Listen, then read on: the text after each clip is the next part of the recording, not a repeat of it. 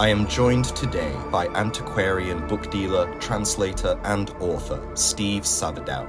With 50 years' experience, Steve has been writing on the topic of magic and the occult since the mid-1990s, and has, over that time, come across a great many rare and fascinating documents, which he has devoted himself to translating for the modern reader.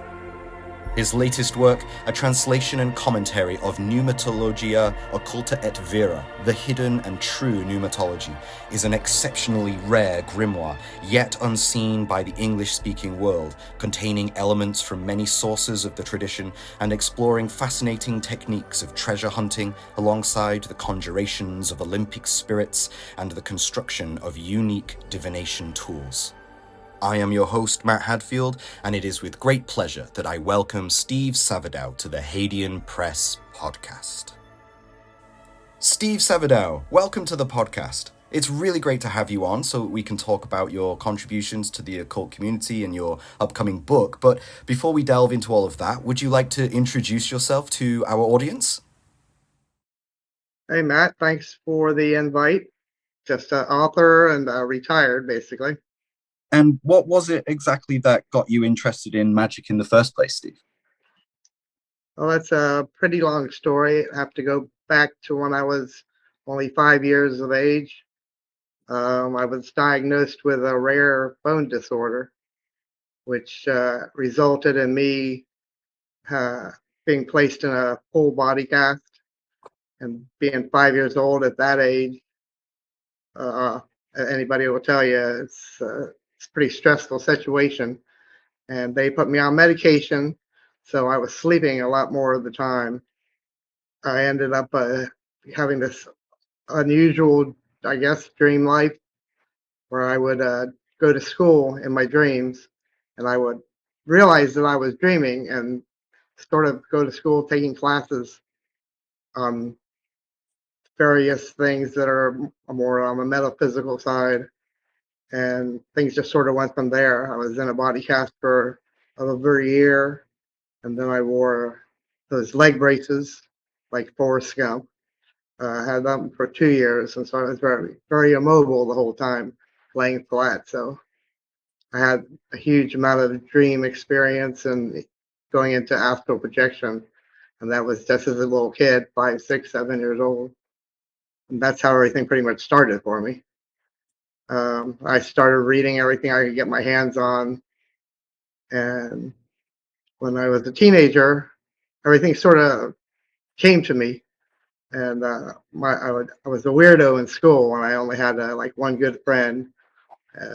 Turns out her sister was involved with a Wiccan coven just a short ways away from us here in Daytona Beach.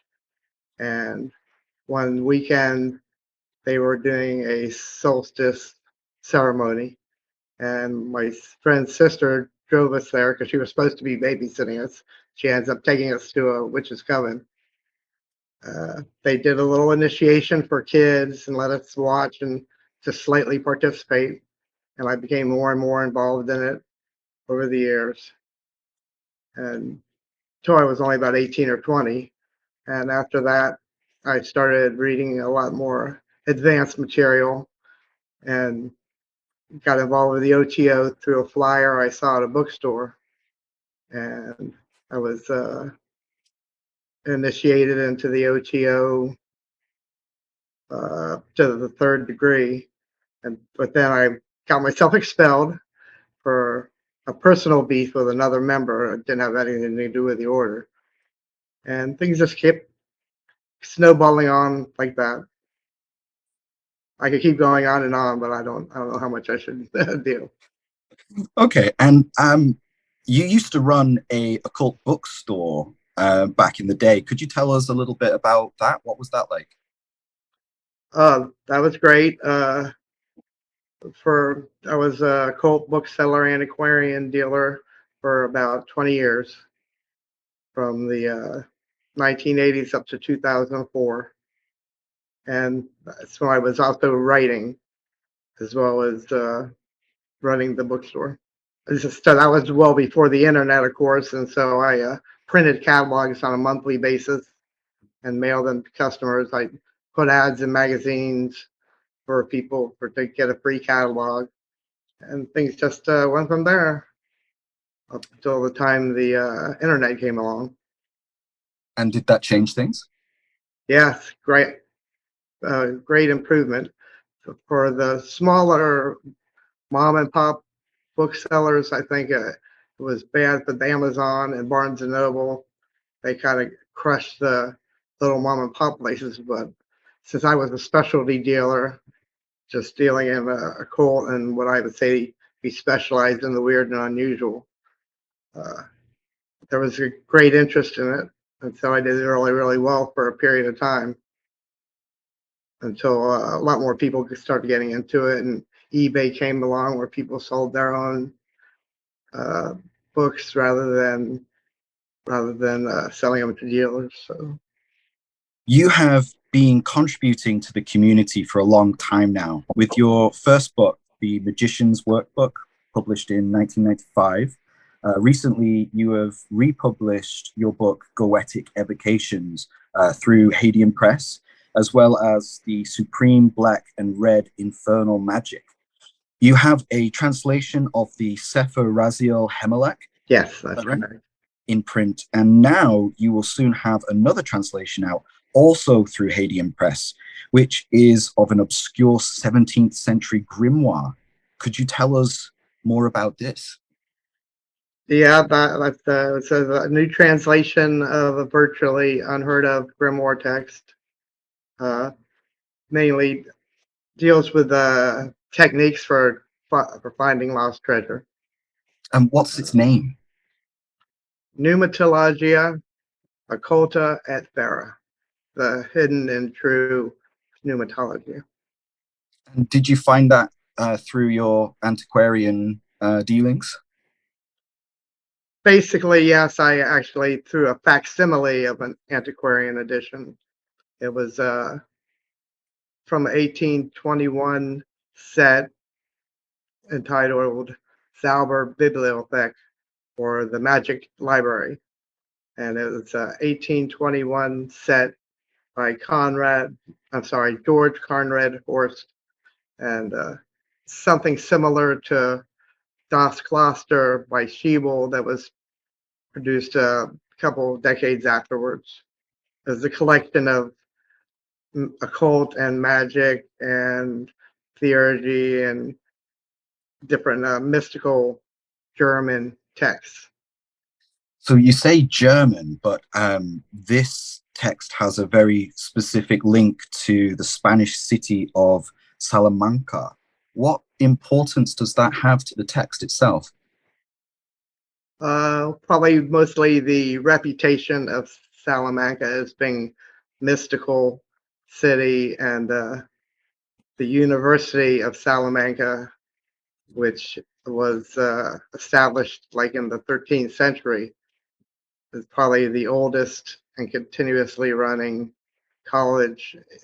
Actually, the oldest in the one of the oldest in the world, but it has a history of the devil teaching black magic to students in a cave on the grounds. So it's got a mystical legend behind it, although it does exist. It's not legendary, which a lot of people think. There is actually a University of Salamanca. So this text then, it's written in German. Yes, it's a German manuscript, but it was in the university library, I suppose. Okay. Because of this link to Spain, then, does that give it some form of a Cyprianic link? There is a quote in the introduction of the text, but it's not based on Cyprianic technique or anything like that. It's I don't think there's anything specifically influenced by Cyprian, but the original author, uh, put a quote in from Saint Cyprian, and various other authors on the occult subject, and draws from various occult traditions. So the title of this grimoire is a pneumatology. What exact science is that? Um, I think it was a deceptive title because the true the true definition of pneumatology is uh, refers to a particular discipline within the Christian theology, and it focuses on the Holy Spirit. Rather, it's not so much of a Grimoire text, but it's more of theology and such. And there's also been titles on the similar subject with this with the title Pneumatology that draws from spiritism and ghosts and apparitions and that kind of thing. But this is uh, Grimoire, definite Grimoire text, and they use the name, I think, to avoid having issues with the Inquisition and such. You wouldn't want to draw too much notice. Exactly. For those of our viewers interested in the study and practice of the grimoires, Steve, could you tell us what stream of the grimoire transmission does this grimoire fall into? For instance, what spirits make up its hierarchy? And as it's German, does it also have a Faustian influence? No, there's not very much of a Faustian influence in this text. It's seems to draw mostly from the Agrippa and the fourth book of Agrippa and the book of Abramelin. The spirits sort of more match up along those lines, and the especially the Olympic spirits from the Heptameron. Interesting. Could you talk a little bit more about the link with Abramelin? The spirits sort of the spirits names sort of match the hierarchy in Abramelin a little better than others, I guess. It's definitely draws from it in places, but it's not. You know, it's just in the Albermelin, it's just the spirits match up a little bit more than they do in other grimoires, like you said. The stream of transmission. Mhm.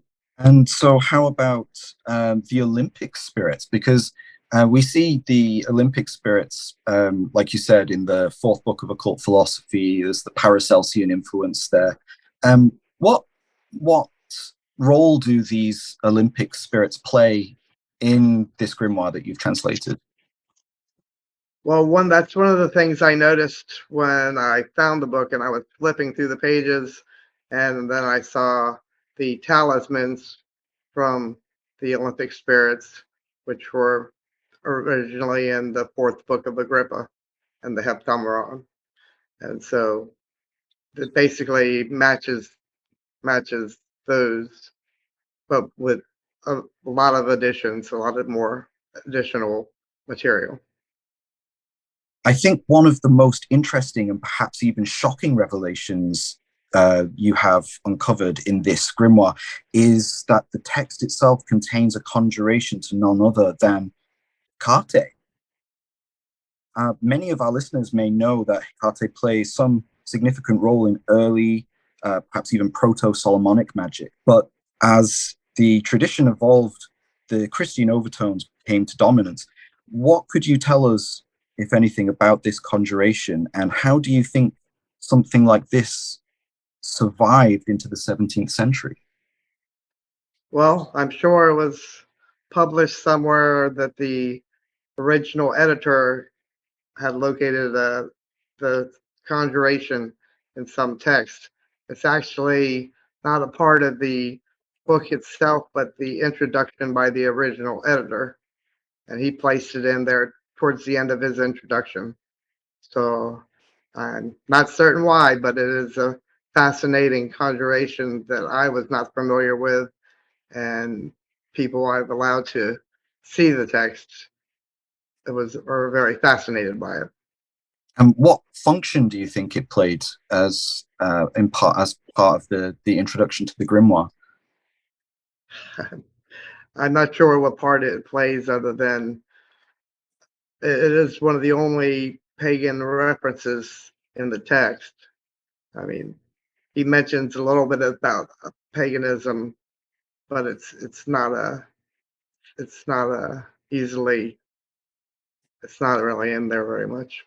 You mention in your book that this conjuration of Hecate is somewhat morbid in that it revolves around a call to the dead, driving them through the graves. I think this kind of language will be really recognizable to anyone working with the documents of the Greek magical papyri. Do you think this constitutes a significant discovery, confirming many of the late Jake Stratton Kent's propositions that the grimoires are a survival of late pagan magical practices? I'm certain that uh, Jake would have found that to be the truth.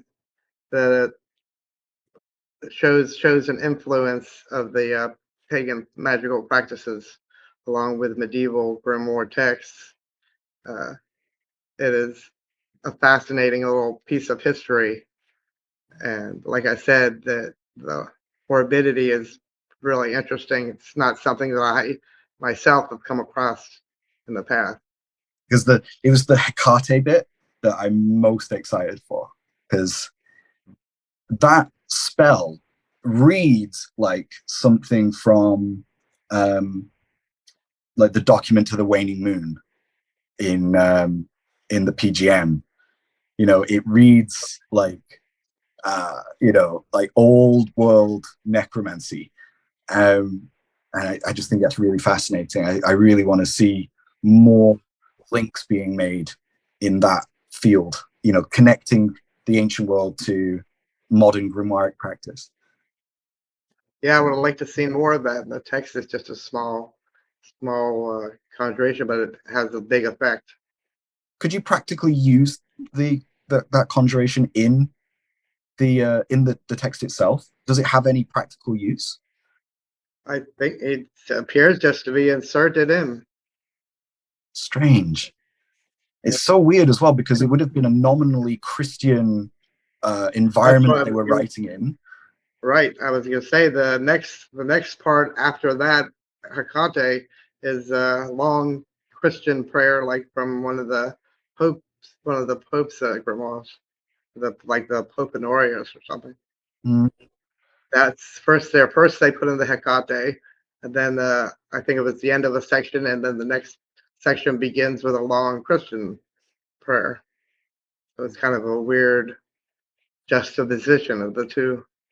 And just that it survived through so many centuries and the rationale behind even including it at all, it seems really unusual. Yeah, I have no idea why you put it in there. I'm glad it did. I wish there Right. was more like that. So part of the title of this grimoire delineates it as a text that specifically focuses on the discovery of treasure. In your opinion, why does so many spirits in the grimoires have this treasure hunting focus? Why were people at the time so concerned with this? Well, I think that people of any time are very interested in treasures and being wealthy and finding money uh, uh, live a very good life. And it is noticeable that in most of the medieval grimoires there are spells and rituals for finding treasure or getting money, just as it is for a love spell or a spells for crops or fishing and safe travels and any number of things that are found in a lot of the similar ideals that you find in different grimoires. But treasure, I think, is one of the most obvious because everybody wants to find a little treasure now and then. Do you think that it's still applicable today? Well, in my experience, spirits, when you invoke spirits for treasure, it doesn't always work out so well. When I was practicing goetic magic, one of the first things I attempted was evocation to gain wisdom for one thing, and secondarily to for financial aid, and it just didn't really work out that well for the spirits are not so much able to control funding and money, and it didn't work out so well as far as the money type part of the spell. Do you think that this ability could be reinterpreted today in some way? Treasure can have a lot of meaning for people. I think even the right knowledge and information is a treasure, and people refer to grimoires a lot as being a little treasure. And if you mean just gold and silver, it that doesn't always fit the bill. So the goal of this grimoire really is about finding treasure. Could you describe something of an outline of the process that it requires the magician to undergo? um, Really, this process is very complicated and includes a lot of different steps. I couldn't go through the whole listing of it for you, but some of the more interesting parts that you don't see in the other grimoires were like the construction of a divining rod and also of an earth mirror, which are both fairly uncommon. And then there's also the system of evocation and magic circle and specific spirits to call upon. Everything is definitely a lot more complex than I've noticed in other grimoire texts. One of the appendixes I've added to this book is a listing of many different treasure spells from various medieval grimoires, and this one I think is the most complex of them all, really. So is this divining rod to seek out water or treasure? I believe it's for treasure, like a divining rod for treasure, like an earth mirror would be used for finding treasure as well. So there is a particular part of this text which speaks about how these spiritus familiares want to be tricksters, or as the text calls them, brat spirits, which I think is hilarious. Could you tell us, have you ever come across this type of spirit in your own personal practice, and how did you tame them? Well, I think anybody who's done serious evocation has come across what you're calling trickster spirits or pains in the butt. Really, I would describe them, but they're attracted to different rituals and different kind of energy. When I dealt with the goetic evocation, that I would notice them later on after you're finished with the ritual and cleaning up. I notice those what I call elemental spirits. They would tend to be a little bit annoying, but easy enough to banish. But then they end up turning around and showing up at the worst possible times. So I have had some experience with this kind of what I assume is what is being talked about. So another phrase that I found in this grimoire I thought was really interesting in relation to Christ was this idea of crushing the head of the serpent. Is this coded astrological lore? No, it's a passage, actually a biblical passage that's repeated a couple times, I think. Crushing the head of the serpent, it's fairly known and used in prayers, being a passage from multiple sources. Um, it also goes as bruising the serpent's head, taken to primarily refer to the final defeat of Satan. And also, if the seed of the woman is involved, it refers to the crucifixion. And it's a pretty known biblical passage. I'm not sure why it's been inserted into this text, but it's mentioned a couple times. Perhaps it's something to do with the historiola, the telling the story of Christ while performing an evocation. I think that's definitely possible, but I'm not sure how it relates to the particular text that we have here, but it's definitely repeated. Okay, so what does this particular grimoire have to offer to the modern practitioner? Well, I get the impression that this text is not just to be used strictly in the temple. It offers an alternative and incredibly practical uh, methodology of divination. It's like maybe a field manual to be used out in the world instead of just closed away in your temple. Interesting, interesting. So I think maybe a lot of people could find a lot of practical use for this, but especially in the realm of divination.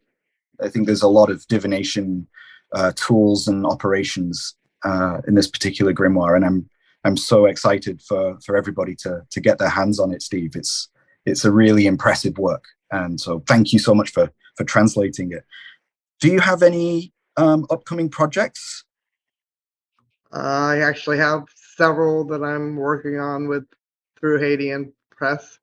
Uh, the next one is actually something that I'm really excited about, being a Book of Shadows or Liber Spiritum, the Book of the Spirits, that was actually dated back just to the 19th century from the Eliphas Levi school and transferred down hand to hand from students until the last, I think, when it was published in the 1970s by an Italian author who publishes a lot of books named Pierluca Perini.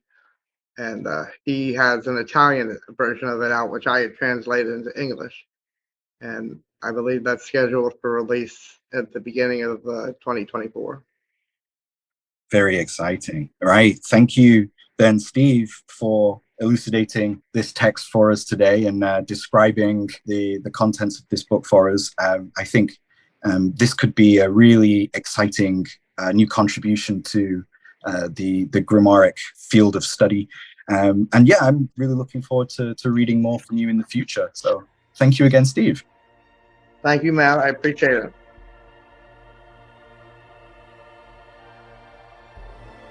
That was Steve Savedow, author of Pneumatologia Occulta Et Vera, the Hidden and True Pneumatology, which will be available for pre-order from Hadean Press on the 15th of August.